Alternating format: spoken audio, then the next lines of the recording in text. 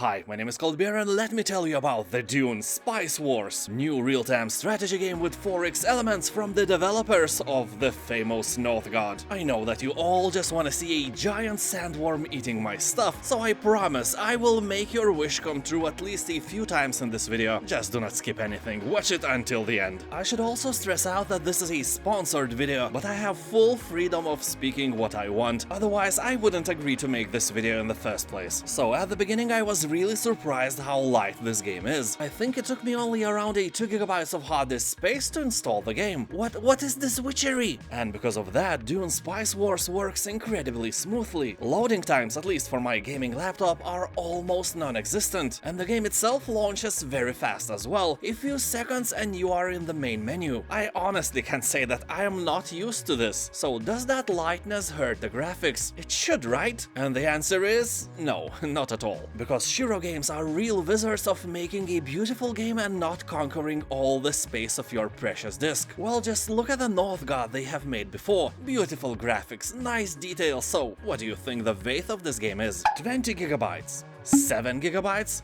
3 GB? Or 1 GB? Well, make up your mind fast, because the answer is... 1 GB. How? I don't know. So, as incredible as it sounds, Dune Spice Wars is at least twice as big of a game than North God is. So, although obviously the game was made because of the success of the Dune movie, there are another two sides of this coin. Yeah, my coin is triple-sided. Deal with it. At first, I see this as an opportunity for the Dune franchise to recover and shine again, starting with strategy games like this and maybe ending up with some open world titles where you can actually ride the worm by yourself. Yeah, the sandworm eating my stuff is still incoming, don't go anywhere. Also, the success of the movie made it possible for a wonderful strategy and RPG maker, Shiro Games, who made not only North God, as I have mentioned before, but also a recent critically acclaimed RPG game called The War Tales to create their next hit in the universe of Dune. Yeah, so if not for the movie, we would probably have gotten something else, maybe an RTS game called The Desert. Maybe all the ideas were there already, we may never know. Anyway, let me tell you about the gameplay. At first it looks like a casual 4x game like Civilization, but it's not. You start with your main base and you have to expand. To do that you need to explore surrounding areas with your ornithopter. The more ornithopters you have, the better, because exploration here is crucial for your survival. Only by flying over and scanning things with your apparatus can find villages to conquer, ruins to dismantle, or areas rich in potato salad. I mean areas rich in spice, having which is really nice. It rhymes because spice here is money, and money is nice. That always rhymes. Roses are red, violets are blue, money is nice. If you have more than one spice harvesting location, you are a rich person and can have bigger army, bigger kingdom, and bigger balls. No, I'm sorry, balls will stay the same. Or a ball. I never counted how many you have, to be honest. So in Dune Spice Wars, all the army movement, ornithopter exploration, building construction, and fighting is being done in the real time. Yeah, meaning that if your army is in some other corner of the map and one of your villages is attacked, you will have a bad time because distances here are enormous and every map can take you a few hours to conquer. That is actually a good thing, the more gameplay the better. Duh. So that is an RTS spot. In Dune Spice Wars you build your army and take more lands and riches to yourself. And in the 4x part, or let's call it the civilization part of the game, you will have diplomacy options, various passive skills to research, voting for Iraqi's future and spying on your enemies. Also here you'll find free victory conditions. You can destroy all the other factions or be elected as a legitimate ruler of Arrakis, or by earning maximum hegemony points. The latter is just a sum of your actions and can be awarded for stuff like gathering spice, controlling villages, or teaching local Fremen how to make a delicious potato salad. By the way, you can find my famous recipe in the community section of my channel. Anyway, the fact is that the more active you are, the more hegemony you get. Just like in real life, if your boss is seeing that bootlicker, pathetic coworker of yours you hate so much doing stuff more often than he sees you doing the same stuff, you will end up with that lick-spittle small balls as your new boss. That's the harsh reality, and at the same time is true here. You have to show the game that you work hard. Also, you can assign assign your spies to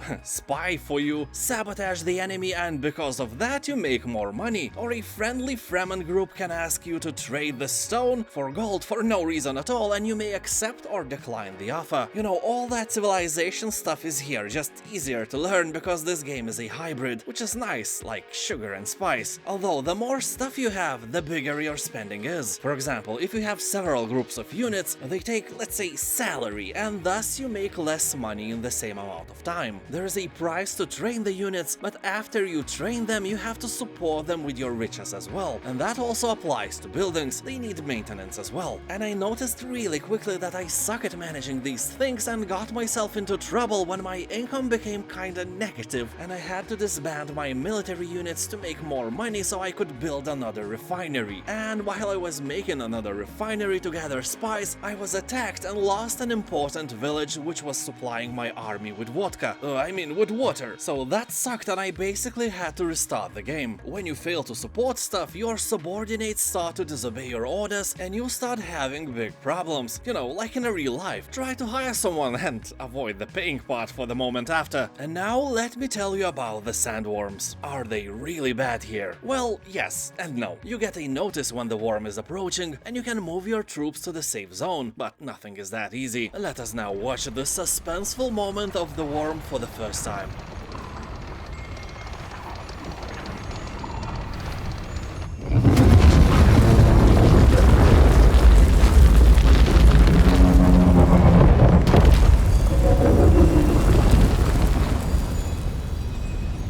Well, that was impressive, but I lost this harvester on purpose just to show you the action. Although later, when I played casually, I missed the warning sign, which is kinda obvious. Also, that red exclamation mark over my harvester was another clue that the worm will start his feeding frenzy soon.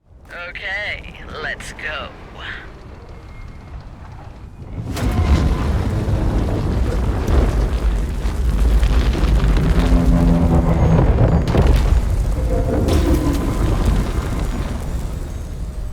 It seems easy to see these signs, but my mind was somewhere else. I was thinking about what to build next in a village where I just regained control, what path of diplomacy I should take next, and you can really feel my frustration when my harvester disappears in the jaws of a monster. Also, several times I just left my troops on the sand and they disappeared. So, lesson learned. Never leave anything on the sand and never go anywhere where there is no safe ground nearby. In general, you can avoid the creature and get used to it, but I can promise you will fail a lot and lose a lot of your stuff to sandworms. It's inevitable. Also, the thing I wasn't ecstatic about is how slowly everything is unfolding. Maybe I lack the patience in general, but sometimes I was speeding up the game. Yeah, you have the option to make gameplay faster, but simultaneously you have like twice less of reaction time to the sandworms as well. Also, various warnings and notices litter your upper screen and you fail to take actions in time. So I don't know, I have mixed emotions about the pace of the game, but hey, it's an early access beta title. All these tiny things will be fixed in the future. And surprisingly, I have encountered only one glitch. My village was attacked and I sent troops to fight the invaders, but they just stood together like the best friends with their ding-dongs out for a while and did no harm. Well, later they butchered each other anyway, so all good, all nice, sugar and spice. Well, so what is my verdict? It is hard to tell now, but I would give it about 7 to 8 vodkas out of 10 just in the early access. The gameplay is not boring, the graphics are great, and I enjoyed playing it very much. But I am a fan of Dune, so that may have an impact on my verdict as well. As I've heard, later developers will implement multiplayer and some other amazing stuff, so I doubt that you will be disappointed with the final product. It's Shiro Games, they make great titles, we can't argue with that. So be sure to click on my link in the description below. It will take you to the Steam page of Dune Spice Wars, and you can try the game by yourself or put it into your wishlist. If you like strategy games, you can't ignore this title. Thank you for watching, have a nice day, and I'll see you next time. Bye.